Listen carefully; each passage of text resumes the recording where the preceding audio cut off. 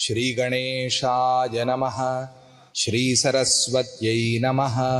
श्रीपादवल्लभ नरसिंह सरस्वती श्रीगुरुदत्तात्रेयाय नमः। श्रीगणपति सच्चिदानन्द सद्गुरुभ्यो नमः। श्रीरुद्रयामळे श्रीदत्तस्तवराजः।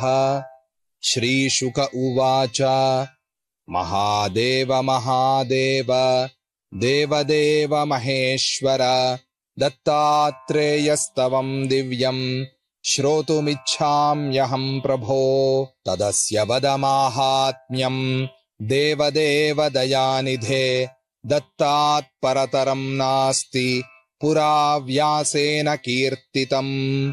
जगद्गुरुर्जगन्नाथो गीयते नारदादिभिः तत्सर्वं ब्रूहि मे देव करुणाकर शङ्कर। श्रीमहादेव उवाच शृणु व्यासात्मजा तत्त्वं गुह्याद्गुह्यतरं महत् यस्य स्मरणमात्रेण मुच्यते सर्वबन्धनात्।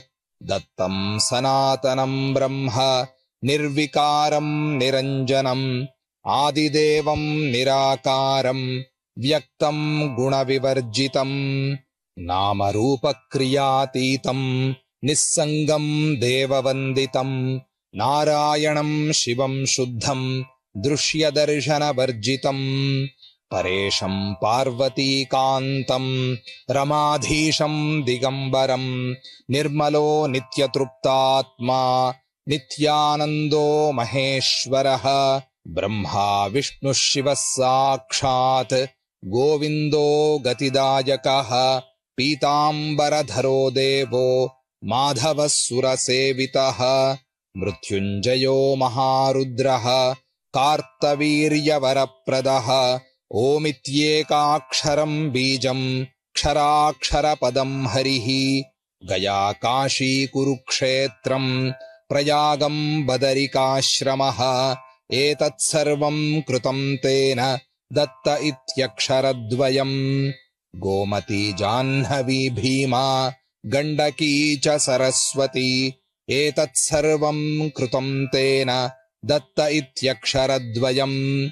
सरयूस्तुङ्गभद्रा च यमुना पयवाहिनी एतत्सर्वं कृतं तेन दत्त इत्यक्षरद्वयम्। ताम्रपर्णी प्रणीता च गौतमी तापनाशिनी एतत्सर्वं कृतं तेन दत्त इत्यक्षरद्वयम्। नर्मदा सिन्धु कावेरी कृष्णवेणी तथैव च एतत्सर्वं कृतं तेन दत्त इत्यक्षरद्वयम्। अवन्ती द्वारका माया मल्लिनाथस्य दर्शनम् एतत्सर्वं कृतं तेन दत्त इत्यक्षरद्वयम्। 12 ज्योतिर्लिङ्गं च वाराहं पुष्करं तथा एतत्सर्वं कृतं तेन दत्त इत्यक्षरद्वयम्। ज्वालामुखी हिङ्गुला च सप्तशृङ्गस्तथैव च एतत्सर्वं कृतं तेन दत्त इत्यक्षरद्वयम्। अयोध्या मथुरा काञ्ची रेणुका सेतुबन्धनम् एतत्सर्वं कृतं तेन दत्त इत्यक्षरद्वयम्।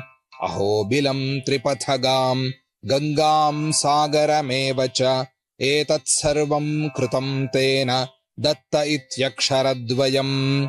करवीरमहास्थानं रङ्गनाथं तथैव च एतत्सर्वं कृतं तेन दत्त इत्यक्षरद्वयम्। एकादशी व्रतं चैव अष्टाङ्गैर्योगसाधनम् एतत्सर्वं कृतं तेन दत्त इत्यक्षरद्वयम्। शाकम्भरी च मूकाम्बा कार्तिकस्वामि दर्शनम् एतत्सर्वं कृतं तेन दत्त इत्यक्षरद्वयम्। व्रतं निष्ठा तपोदानं सामगानं तथैव च एतत्सर्वं कृतं तेन दत्त इत्यक्षरद्वयम्। मुक्तिक्षेत्रं च कामाक्षी तुलजा सिद्धिदेवता एतत्सर्वं कृतं तेन दत्त इत्यक्षरद्वयम् अन्नहोमादिकम् दानम् मेदिन्यश्वगजान् वृषान् एतत्सर्वम् कृतम् तेन दत्त इत्यक्षरद्वयम् माघकार्तिकयोस्नानम् सन्न्यासम् ब्रह्मचर्यकम् एतत्सर्वम् कृतम् तेन दत्त इत्यक्षरद्वयम् अश्वमेधसहस्राणि मातापितृप्रपोषणम् एतत्सर्वम् कृतम् तेन दत्त इत्यक्षरद्वयम् अमितम् पोषणम् पुण्यम् उपकारस्तथैव च एतत्सर्वम् कृतम् तेन दत्त इत्यक्षरद्वयम् जगन्नाथम् च गोकर्णम् पाण्डुरङ्गम् तथैव च एतत्सर्वम् कृतम् तेन दत्त इत्यक्षरद्वयम् सर्वदेवनमस्कारः सर्वे यज्ञाः प्रकीर्तिताः एतत्सर्वम् कृतम् तेन दत्त इत्यक्षरद्वयम् शास्त्रषट्कम् पुराणानि अष्टौ व्याकरणानि च एतत्सर्वम् कृतम् तेन दत्त इत्यक्षरद्वयम् सावित्रीम् प्रणवम् जप्त्वा चतुर्वेदांश्च पारगः एतत्सर्वम् कृतम् तेन दत्त इत्यक्षरद्वयम् कन्यादानानि पुण्यानि वानप्रस्थस्य पोषणम् एतत्सर्वम् कृतम् तेन दत्त इत्यक्षरद्वयम् वापीकूपतटाकानि काननारोपणानि च एतत्सर्वम् कृतम् तेन दत्त इत्यक्षरद्वयम्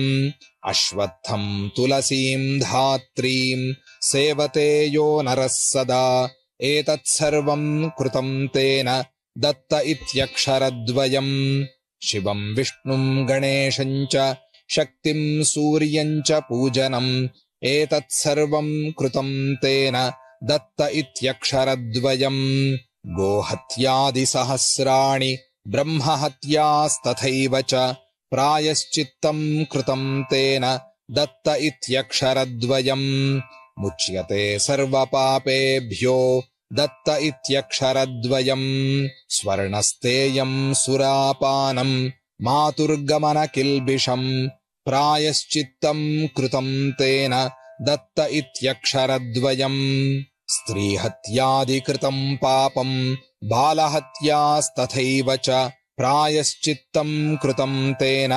सर्वपापप्रणाशनम् ब्रह्मत्वम् लभ्यते ज्ञानम् दत्त इत्यक्षरद्वयम् कलिदोषविनाशार्थम् जपेदेकाग्रमानसः श्रीगुरुम् परमानन्दम् दत्त इत्यक्षरद्वयम् दत्त दत्तत्विदम् वाक्यम् तारकम् सर्वदेहिनाम् श्रद्धायुक्तो जपेन्नित्यम् दत्त इत्यक्षरद्वयम् केशवम् माधवम् विष्णुम् गोविन्दम् गोपतिम् हरिम् गुरूणाम् पठ्यते नित्यम् तत्सर्वम् च शुभावहम् निरञ्जनम् निराकारम् देवदेवम् जनार्दनम् मायायुक्तम् जपेन्नित्यम् पावनम् सर्वदेहिनाम् आदिनाथम् सुरश्रेष्ठम् कृष्णम् श्यामम् जगद्गुरुम्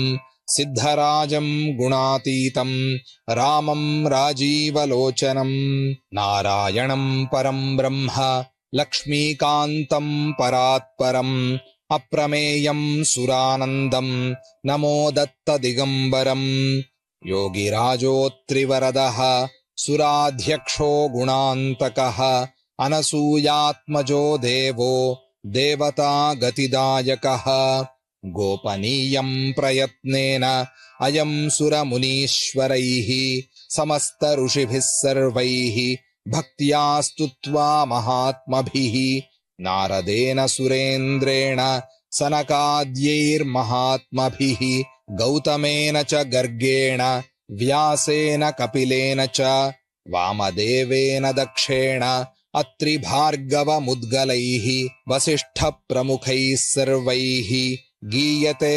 सर्वदादरात् विनायकेन रुद्रेण महासेनेन वै सदा मार्कण्डेयेन धौम्येन कीर्तितं स्तवमुत्तमम् मरीच्यादिमुनीन्द्रैश्च शुककर्दमसत्तमैः अङ्गिरोगस्त्य पौलस्त्याः भृगुः कश्यप जैमिनी गुरुस्तवमधीयानो विजयी सर्वदा भवेत् गुरोः सायुज्यमाप्नोति गुरोर्नाम पठेद्बुधः गुरोः परतरं नास्ति सत्यं सत्यं न संशयः गुरोः पादोदकं पीत्वा गुरुनाम सदा जपेत् तेऽपि सन्न्यासिनो ज्ञेयाः इतरे वेषधारिणः गङ्गाद्याः सरितः सर्वाः गुरोः पादाम्बुजे सदा गुरुस्तवं न जानाति